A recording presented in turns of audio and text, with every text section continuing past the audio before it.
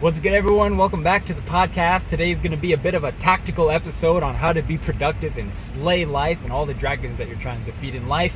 How do we live a productive life, get stuff done, but also enjoy the simplicities of life at the same time? This is an equation that I've been trying to crack for a long time. I don't have all the answers, but I will say with confidence that I have a lot going on in life. That's for sure. I have 3 children. I know a lot of you, most of you guys are single and preparing for marriage. And because I talk frequently with single folks who are going through matching processes and such, and going through university, going through their career and whatnot, perhaps struggling with internal demons, and I realize that most of you guys are really struggling to figure out how to be productive and also enjoy life, and how to stay busy but also not be too busy. So to that degree, I think I have something really profound to give you guys. I want to give basically 2 very practical pieces of advice that have drastically changed my schedule, my productivity, but most importantly, my peace of mind, because I feel that my life is simple. I have a very simple life. On the surface, it's like, okay, I have, 3 children, I've got a family, I've got work, I've got a business, I've got responsibilities, ministry, I've got passion projects, I've got raising children to be wise, godly individuals. On the surface, there's a lot going on, but then if you go into my head, my life is actually very simple. And I know this to be true because every morning I wake up, I try to do a little bit of gratitude journaling, which is what are things right now that I'm feeling grateful for. And I don't try to just make it up. I'm like, oh, thank you, God, for this wonderful weather and my healthy body. No, I try to be genuine in my gratefulness, which is right now, what do I feel grateful for? What do I sincerely feel gratitude towards? And almost every day, I would say, without question, without fail, one of them will be, I'm grateful for a simple life. I'm grateful for a simple life, to just focus. And so, like I said, on the surface, it sounds chaotic and busy, but when you actually break down my lifestyle with my family and work, it's actually pretty simple stuff. And I'm able to be productive and impact my areas of responsibility and the people that I work with in the most profound way that I can with the limited amount of time, headspace, and attention that I have. And so the reason I'm sharing this with you guys is because I'm still on this journey to figure out how to tweak my productivity and my schedule and the way that I approach things and my mindset so that I'm way more productive than I can be. But I've come significantly far in the strides I've made to be where I am right now. So I wanted to offer you guys these 2 pieces of advice. You can take it or leave it, all right? Number 1 is that I have found a lot of success in just figuring out what's my priorities. I just have 2 priorities: raising wise children and teaching about high noon living. And that's it.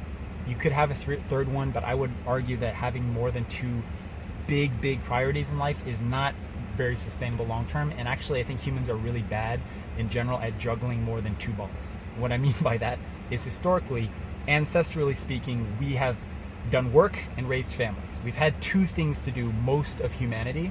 And as soon as you throw, what I've noticed and observed in myself and others, is as soon as you throw another ball that you have to juggle, another big responsibility that you have to focus on, it becomes really unsustainable and hard to do. And that's what causes stress. It's because you start dropping balls, you start not delivering on your commitments, lacking integrity. But if you have 2 things that are your primary foci, whatever the word is, then it's more sustainable and manageable, and you don't have to feel this constant feeling of stress and anxiety of like, oh, I should be doing this, I should be doing something else. And that's where stress often comes from, is a feeling of I should be doing this, but I'm not. For parents, a lot of the times, oh, I should be taking care of my kids, I should be spending more time with them, but I can't or I'm not because of work. Or I should be working on my matching process, I should be preparing for the blessing, but I can't or I'm not because of uni or because of my job, right? And so that's where the stress comes in. But when you can adequately allocate the amount of time and attention that is needed for your main priorities and make sure that you are in control of your headspace and your attention and your time, to the point where you can confidently say that my number 1 priority in my life is getting the adequate amount of my time and attention, period. All right? And you can say that my secondary priority is not my number one, and it's not getting as much time and attention, but it's getting adequate enough amount of time and attention, then you feel peace of mind, then you feel simplicity. And that's when the feeling of like, oh, like life is good, everything will work out. But if you are juggling 3-4 balls in your life and everything's important, then it's really hard to maintain. Let me make a quick pin in this concept of time and attention, because I say time and attention very deliberately, right? We often say that time is our most valuable resource. I've never heard anyone talk about this, by the way. But what I've discovered is that time is not your most valuable resource, but attention is. Time is a valuable resource, perhaps number two, but the attention is where you direct your time, because everyone has the same amount of time, right? A finite amount of time, but not everybody allocates that time in the same way. But your attention is how do you allocate that time? Your attention is the extra room, the extra headspace when you go to sleep at night, when you wake up in the morning, when you're not doing anything. What is your consuming your brain power, your mental bandwidth, your mental real estate? And that's your attention. And we have not historically been very good at juggling more than, I would say, 2 big things that take up our attention. And so the reason I say time and attention is to help encapsulate the most valuable resources that you have in your life, which is the time, but attention, which is what do you do with that time? All right, so that's the pin I want to make in that. Okay, so going back to this first tactical piece of advice. By the way, guys, the reason I'm screaming at you right now into this episode is because the AC is on. It's really hot as Jesus Christ Almighty right now. I don't know why I said that. Here in North Carolina, and I'm blasting the AC, and so I'm trying to talk over the AC. So I apologize for the weird audio, but I'd rather get something out than get nothing at all out for you guys. So there you go. So back to the first piece of advice, which is make sure you have clear priority. Number one, number two, if I ask you or you're asked what's your most important priority, you can clearly answer number one, number two, and you can back that up by your schedule, your time and attention, and you can say confidently that you feel like you're giving the adequate amount of your time and attention to those priorities in that order. And then what happens after that, the second part of this advice, is say no to everything that is not number one and number two priority. Everything. That thing you feel like you should do because your band leader asked, whatever the thing is, your pastor asked you to do that thing. Here's an example, guys. I hesitate to share this because I don't want to be that guy, and it sounds really bad, I know. But my pastor asks me to give sermons pretty frequently, like sometimes. I used to give sermons a lot, and I enjoyed giving it, but I realized that it took up so much of my bandwidth because like the Saturday, Friday, and Sunday, I was consumed, my headspace was consumed by what am I talking about and how do I deliver it? And it was just not my number one priority in my life. It wasn't feeding my direct desire I have to, number one, raise wise children, number two, to live a high noon life. And so what I say is like, that's what I tell my pastor is that's not something I can offer right now. I would love to, of course, you would love to do everything, but I have to say no to. That's just one example of a lot of things that I and you have to say no to in order to focus, because discipline is not the idea of focusing and staying focused. Discipline is the ability to say no to things that are not aligned with what really matters to you in your life. That's what discipline is. And the most successful people in life, it's not that they're doing more, they're not doing things magically that you're not doing, it's that they're not doing the things that you're probably doing. They're not goofing around online into the night, they're not playing video games, they're not wasting time on Instagram. They're not, okay? So if you remove the distraction of, just an example, Instagram, remove the distraction of mindless YouTube, then what you have is an opportunity. The opportunity cost is that you are not able to do other things. And when you remove that time, an hour or 2 hours a day, you have more time and attention, my friends, to do more important things that are aligned with your priorities in your life. Interesting. So there's an exponential double benefit is that you reduce distractions, but also you fill in the time and attention with more things that are important to you. And so that's what I do. I don't consume YouTube. When we say social media, we have to think of what? Facebook, Instagram, that kind of thing. But I would consider YouTube a really sneaky form of social media because it, number one, is designed to keep you addicted, but also it is kind of camouflaged as education. But in reality, if you look at the history of your YouTube feed, most of it's not education. I've actually done with a few people. I was like, they're saying like, I only watch educational stuff on YouTube. I only watch good stuff. And then we look at their feed and it's like, oh, it's 90% mindless entertainment and like 10% education. So what I do, the life hack that I've developed, by the way, is I only watch YouTube through Google search, which people don't know you can do this. If I want to watch a video on, for example, how to make something, how to fix something, how to do whatever. I love advertising, so I watch a lot of videos on Google ads and YouTube ads.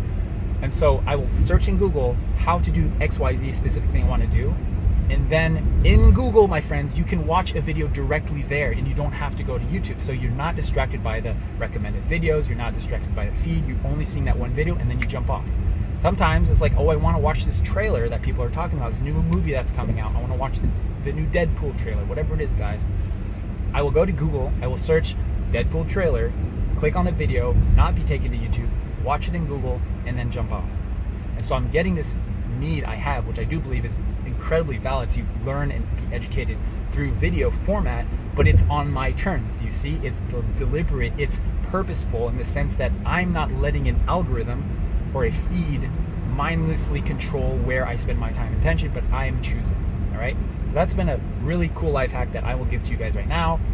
Take it or leave it. I'm just saying the opportunity cost of spending time on media, YouTube, Instagram, TikTok, whatever it is, guys, the news, Reddit, the opportunity cost is that there is stuff you could be doing that you're not doing. There are projects you could be working. There are priorities you have that you can invest in that's not being used. By the way, I'm not saying that all media is bad. I do believe that God has a hand in the internet, that God has a say in what the historical providential development of what the internet is doing, such like, for example, also medicine, like modern medicine. Of course, God has a hand in that. I think the challenge is discerning what part of the internet is kind of God's channel, God's avenue through which we can do good things and learn and help ourselves, and also what part of the internet is really just there to feed our fallen nature.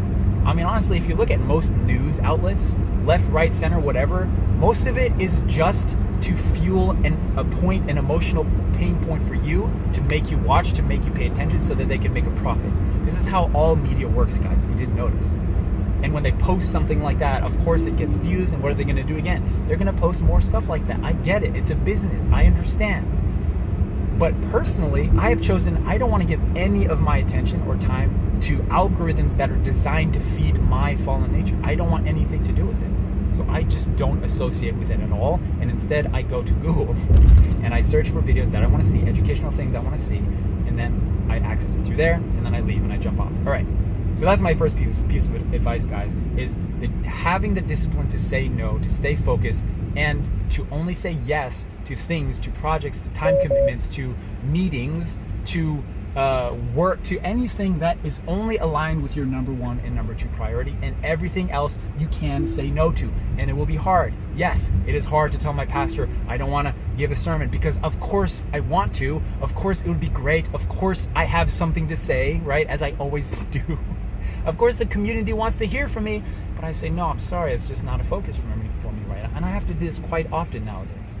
And so the result is my life is quite simple, to the point where I can wake up every morning and say, man, I'm just grateful to have a simple life. I'm grateful to have simplicity, which I know for a fact is not something that every man or woman or mother or father with 3 children and full-time work has the luxury of saying. Not many people can say that, but I can say that with confidence, because how? I just have made a life where life is simple. That's it. And I find gratitude in that. And I know what it's like to have a hectic schedule. I know what it's like to have my headspace consumed. I know, goodness God Almighty, I know what it's like to be stressed all the time and overwhelmed. And going through that process, going through that tunnel, at the end of the tunnel, I have discovered and realized and decided that I don't want anything to do with being overwhelmed anymore. I want a simple life. And of course, there are times where life is busy. Of course, there are times where it's hectic. But most of the time, I would say 80% of the time, I can wake up and be like, life is good. I'm grateful for a simple life. Yeah, I'm grateful.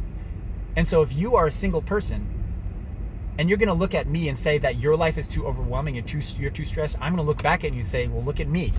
You think I'm not busy? Add 3 children into your equation and a wife, right? That's what people that have children do. And so sometimes I get in calls with people like single folks that I'm mentoring, right? And sometimes they'll miss the call and they'll say, oh, I'm so sorry, I'm so busy. Guys, let me give you some advice. Never tell somebody that has children that you're too busy, especially if you don't have children. Just don't do it. Because I laugh and I go, what do you mean you're busy? And I actually call people out a lot. I say, you're not busy. You didn't have the headspace. And I get that. You didn't have the headspace in your life. Your attention is being split by so many things in your life to the point where you don't even know how to allocate your attention in the right places. To the point where you're dropping balls. You're juggling too many balls and you're dropping them. But imagine if you just had 2 balls that you're juggling. Let's say, for example, number 1 ball would be preparing for matching blessing and finding your spouse, finding your person, and creating your family. And number 2 would be career. Let's say that. Wouldn't that be great if that was your priorities in life? And by the way, I'm not making excuses for you to say no to, your church leadership position or youth pastoring or volunteering or anything like that. I'm saying that if those activities feed your number 1 priority, which is to prepare well to be a spouse and to find your spouse, then do it. If it helps it, then do it. Keep doing it.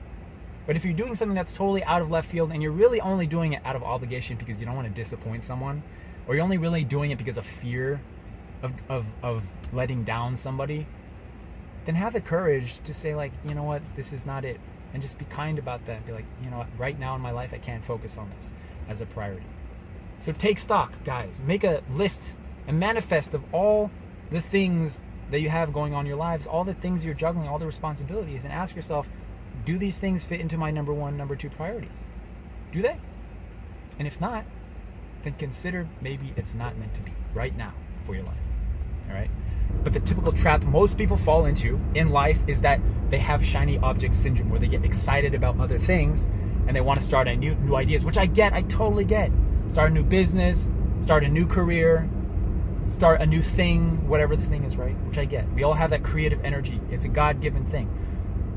But to the extent that it's going to sacrifice your main priorities, I recommend, instead of starting a 3rd ball, think, how can you use your creative energy to fuel your 1st and 2nd priority? Interesting. How can you use your ideas, your desire to generate creative outlets? How can you use that desire to fuel, to give power to your number 1, number 2 priorities? And in that sense, it is aligned with your priority. It's not another ball. It's the same ball, 2 balls that you're juggling. So I hope that's really clear, guys. Make a list of what's important to you. Make a list, your priorities, and then make a list of what you're doing in your life, responsibilities, obligations, and ask yourself if they're aligned. Okay. So the second tactical piece of advice I'm going to give y'all before I arrive home right now. I stopped driving on the highway, so I think my audio is a little better for you guys, and the AC is not blasting as much.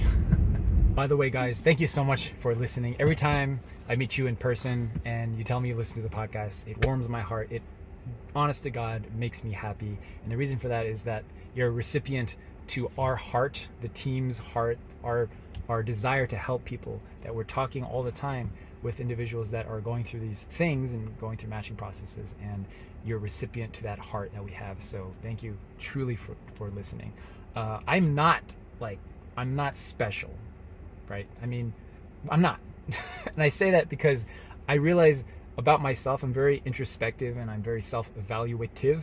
And I realize that I'm just like all of you, and everyone I know has so much wisdom to give. You have so much more wisdom to give than you realize. And it's just that for me, I, for some reason, have the ability to just like throw in a camera and just share it. Like, I have no reservations or fears to get stuff out.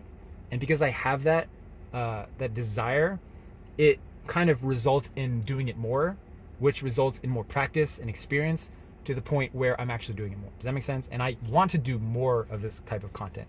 And so I'm saying this as context because it's not that I'm special or wiser or have more advice to share. It's just that I internalize my experience a lot, and I journal about stuff a lot, and I'm always teaching things to people one-on-one, in groups, and on stage. And I have this kind of, I don't know, like lack of filter where if I have an idea, I'll just throw in a camera and I'll just want to share it, like get it out there as soon as possible. And I don't have any reservations or fears around how people are going to perceive me or things like that. So That's it. Not special, just getting stuff out there. And so if you want to be a teacher in your field or in your area or whatever you're passionate about, I recommend just doing it. Like, just go for it. And it's because it's through doing it, it's through doing the reps that you get stronger, my friends. All right. So the second piece of advice that's more tactical, which is regarding scheduling things and how to set up your calendar. So I have everything in my life on a Google Calendar. If you don't have a Google Calendar, you should get a Google Calendar and use Google Calendar. I didn't for years. I had everything just like on a notes document on my desktop, and I would just put everything like meetings and stuff there.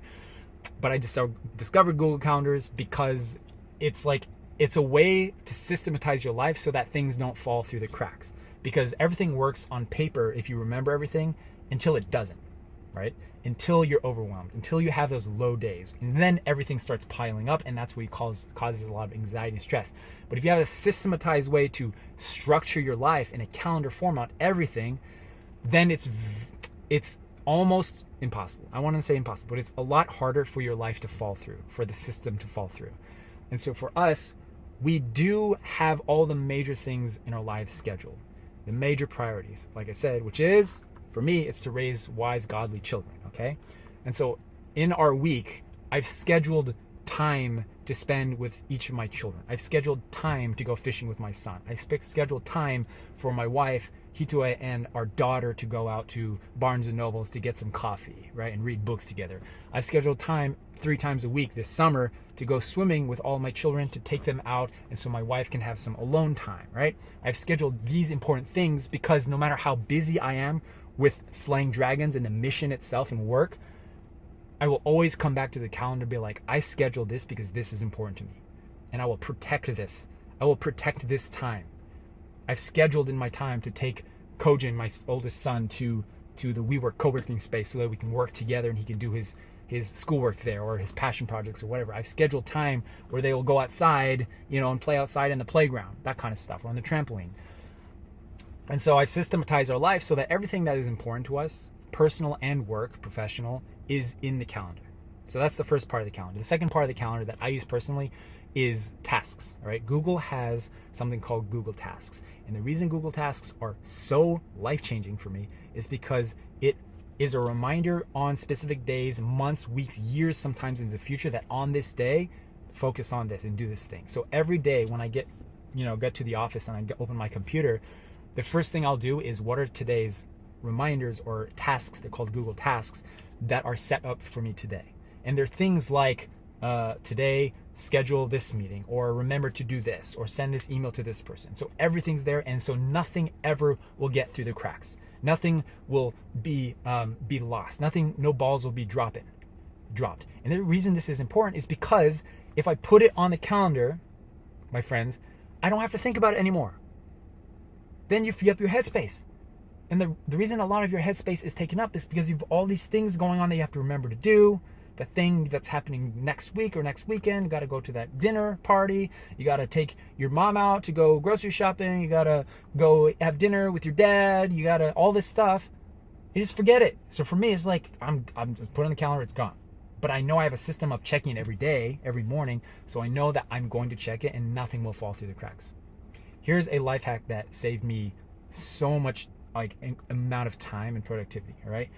Every Friday, I have a task that says plan meetings for the next 2 weeks. Ooh, this is so good. I protect this task with my life. Every Friday, it's a reminder that says plan meetings for the next 2 weeks. And so when I see that reminder, I look at my calendar. It's a reminder to look at my meetings for the next 2 weeks and make sure I know which meetings are happening, who's in each meeting, and if there's any conflicts, importantly, I will communicate and be like, hey, in 2 weeks from now, there's this meeting happening, and I have an appointment with my dentist, so can we move it? 2 weeks in advance, my friend. So if you do this every Friday, every single Friday, if you do it every week, and then every week you're looking at 2 weeks in advance, then my friends, you are always 2 weeks ahead of schedule. And what's interesting is that nobody does this. Nobody does this. Plans meetings that far in advance. If they're lucky, you'll have somebody that will plan meetings a week in advance, maybe a few days in advance. But if you plan meetings 2 weeks in advance, you will crush it because you will be more prepared than everybody else. You will come to the meeting already having thought and prepared for this meeting, knowing that it exists, for the last 2 weeks, you're going to crush it. Talk about competitive nature, guys. That's it. All right. So that's the only task to use in Google Tasks that I would like highly recommend. Other than that, whatever your life situation is, maybe you have a bunch of random things you need to do for your personal life. Like, for example, change the filters in the water filters at home, or change the air filters in your air conditioning unit, or change the oil. Do that every 6 months and put a task in your Google thing, or rotate the tires, or whatever it is, so that you don't have to think about it anymore. And that's the whole point. That's what I'm talking about, freeing up your mental bandwidth, your real estate, so that you can actually not think about stuff. And so you can wake up in the morning and be like, you know what? Everything's taken care of today. There's nothing else to think about. There's nothing else to consider. All right? Okay, so that's it. To wrap up, find your priorities and make sure everything you're doing in your life is in line with your priorities to some extent. Number 2 is to set reminders and tasks in Google Calendar for all the stuff that you need to do with your life. Systematize everything with Google Calendars, and you will dominate life. You'll notice by now, if you watch any of the episodes, I get passionate about stuff that I probably shouldn't be passionate about. And that's just because, it's cool. I care about it. I care about you guys, and I care about your time and your attention, and that's it. I feel like it's one of the most wasted resources, is just where we put our time and attention. If you could allocate that stuff to the right place, you'll be a wise person. That's my definition of wise. You're a wise person if you can allocate time and attention in an appropriate way. All right? And that is what you can do. Lots of love to you guys. That's it. That's all I have for you. If you like this episode, let me know so I can make more stuff like this. But this is all to help you guys prepare for matching and blessing. Slay it. Love you all. God bless.